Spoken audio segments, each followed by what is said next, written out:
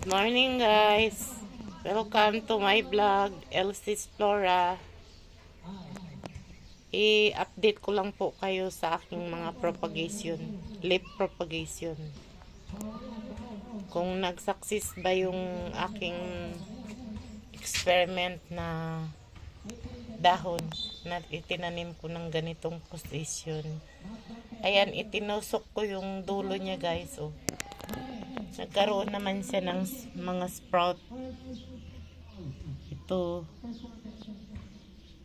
Ayan pa yung isa, oh, palabas na rin. At saka yan. Ayan guys, oh.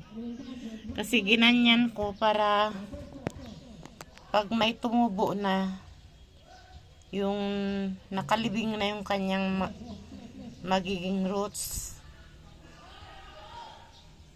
Hindi na yung kagaya yung ginawa ko dito na nakaganyan lang. Pag mag-roots siya, ililibing pa.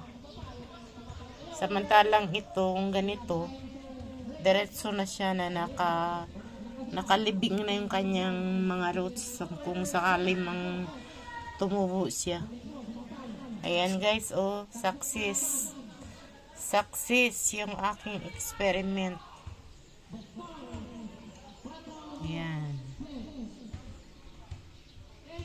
Kaya guys, pwede nyo rin itong gayahin ang ganitong pagtatanim ng leaf propagation. Ito guys, may malaki na ring tumubo. Ito guys, oh, spread hives.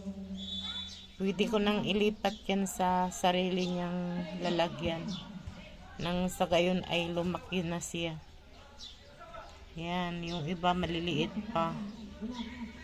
Hintayin ko pa yan guys na lumaki sila. Yan, meron pa po ako ditong mga bagong itinanim rin na itinusok ko na rin yung kanilang mga dulo ng dahon. Para pag tumubo, diretso na silang nakakuan ang ugat sa lupa.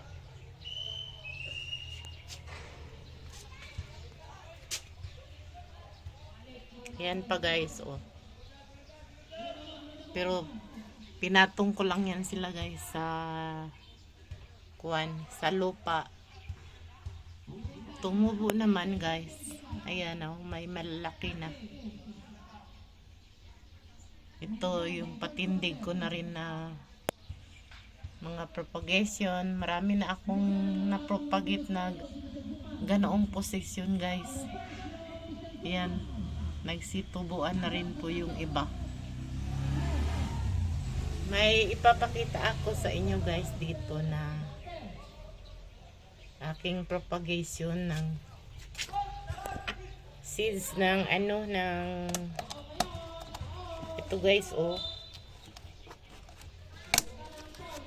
mga 2 weeks na ito guys na inilagay ko dito yung mga seeds ng cactus. Yan guys, oh, marami nang nagsitubo. Yan, 2 weeks na rin kasi itong naipatong ko sila dito guys sa lupa. Ayan, sana dire-diretso ang kanilang paglaki. Nang sa gayon ay dumami ang ating mga cactus. Papakita ko guys kung anong cactus ito. Kukunin ko.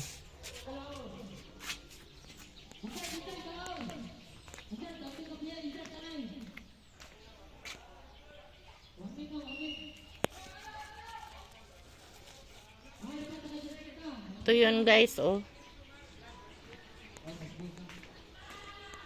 Yan.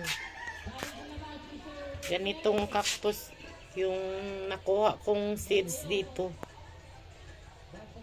Na ginaya ko lang din kay Ana Duran kung paano tanggalin yung kanyang mga seed pod. Pipisilin mo lang pala, tapos may lalabas na mga seeds. Ayun, inilagay ko sila sa lupa at tumubo naman. Naging success rin yung ating propagation, guys. Ayan, marami pa ako diyang mga left propagation, guys. Ayan. Sana magsilakihan na ito. Ito, guys, o yung ano ito, kasi yung mga pinapatong ko lang sa pot na left na dahon, di naman tumutubo. Kaya nga, ginanyan ko na lang. Ayan, tumubo na rin. Maganda pa naman ito kasi may variegation, oh. Yung kanilang mga dahon. Variegated. Ayan, guys. Ayan, ang chika ko sa inyo. Sana kayo din ay magtanim ng ganitong posisyon ng pagtanim ng dahon ng succulent.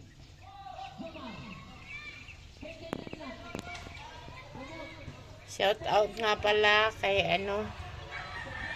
Crop and Succulent, Margins Garden. Araw-araw akong nanonood sa iyo. At marami pang iba, guys. Yung si Everything Miss. Kalimutan ko yung mahaba kasi yung pangalan ng kanyang kanyang YouTube account. Basta yung nurse na plantita. Lagi ko rin yung pinapanood, guys, kasi magaganda rin yung kanyang mga plants. Si Daisy Garden, Daisy and Succulent, si Denti Garden. Ay, hindi ko na lang dapat isa-isahin, guys. Basta shout out sa inyong lahat, sa mga nanonood. Maraming salamat po sa inyo, sa inyong panonood sa aking mga vlog. Sana po ay huwag kayong magsawa na manood sa aking mga vlog. Ayan po, hanggang dito na lang.